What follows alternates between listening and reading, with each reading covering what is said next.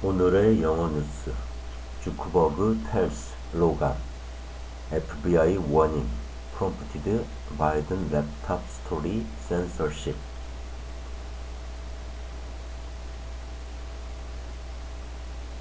Mark Zuckerberg says Facebook restricting a story about Joe Biden's son during the 2020 election was based on FBI misinformation warnings. The New York Post alleged leaked emails from Hunter Biden's laptop showed the then Vice President was helping his son's business dealings in Ukraine. Facebook and Twitter restricted sharing of the article before reversing course amid allegations of censorship. Zuckerberg said that getting the decision wrong sucks. When we take down something that we are not supposed to, that's the worst, Zuckerberg said in a rare extended media interview on the Joe Rogan podcast.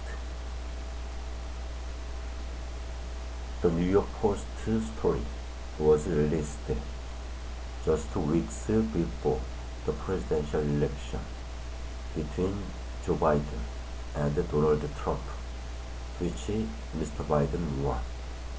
It claimed that a laptop abandoned in a repair shop by Hunter Biden contained emails which included details of Hunter introducing a Ukrainian energy tycoon to his father and arranging a meeting. There is no record on Mr. Biden's schedule that such a meeting ever took place.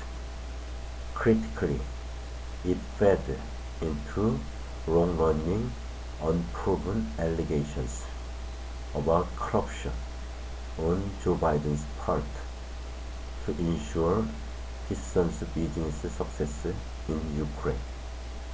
In that context, the New York Post story, based on exclusive data no other news agency had access to, was met with skepticism and censored by social media outlets.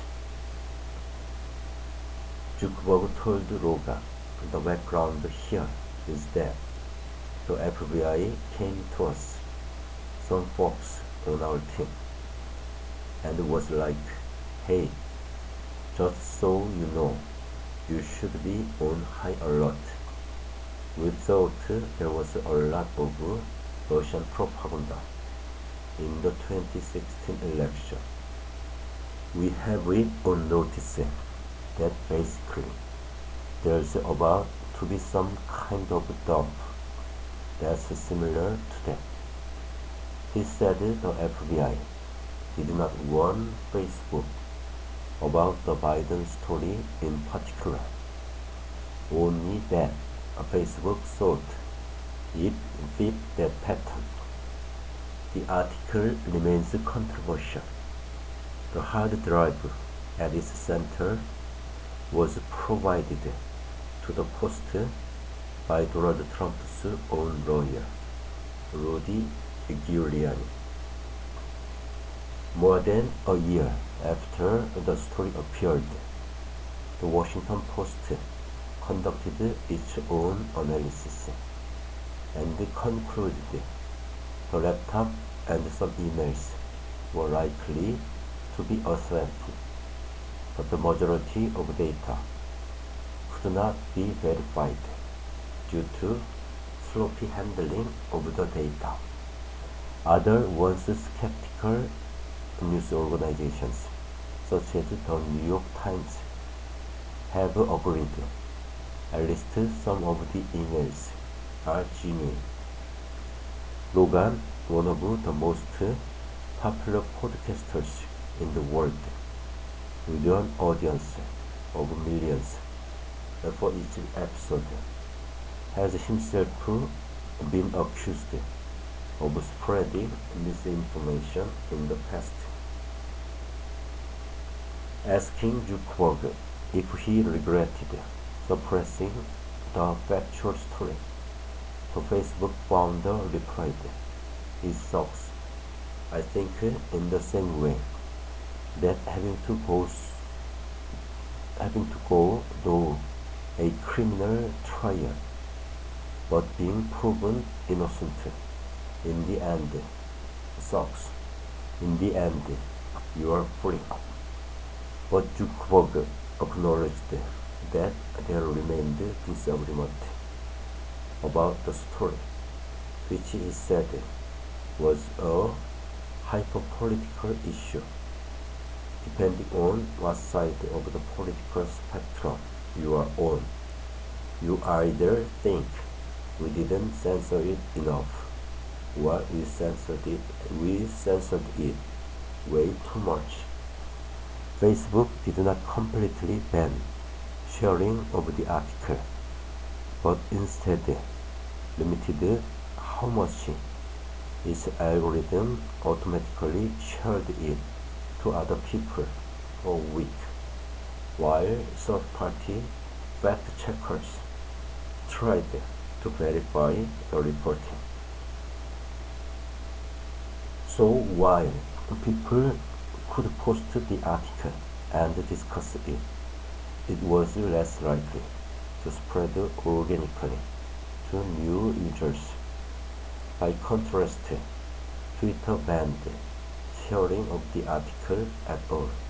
Both social media companies found themselves blasted by US Republicans and Donald Trump supporters, and had to explain their actions before a US Senate hearing in the following days.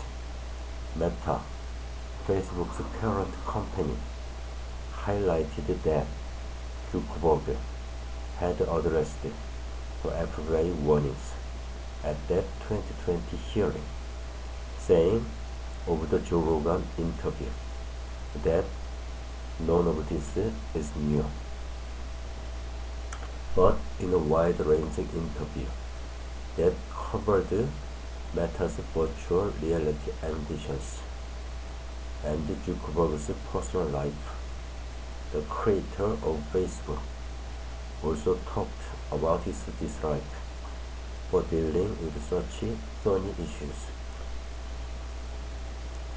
"I didn't get into this to basically judge these things. I got into this to design technology that helps people reflect," he told Rogan. "This whole thing that is arbitrating what is okay and what is not, I obviously have to be involved in that because at some level I run the company and I can't just abdicate that. But I also don't think that as a matter of governance, you want all of that decision making vested in one individual."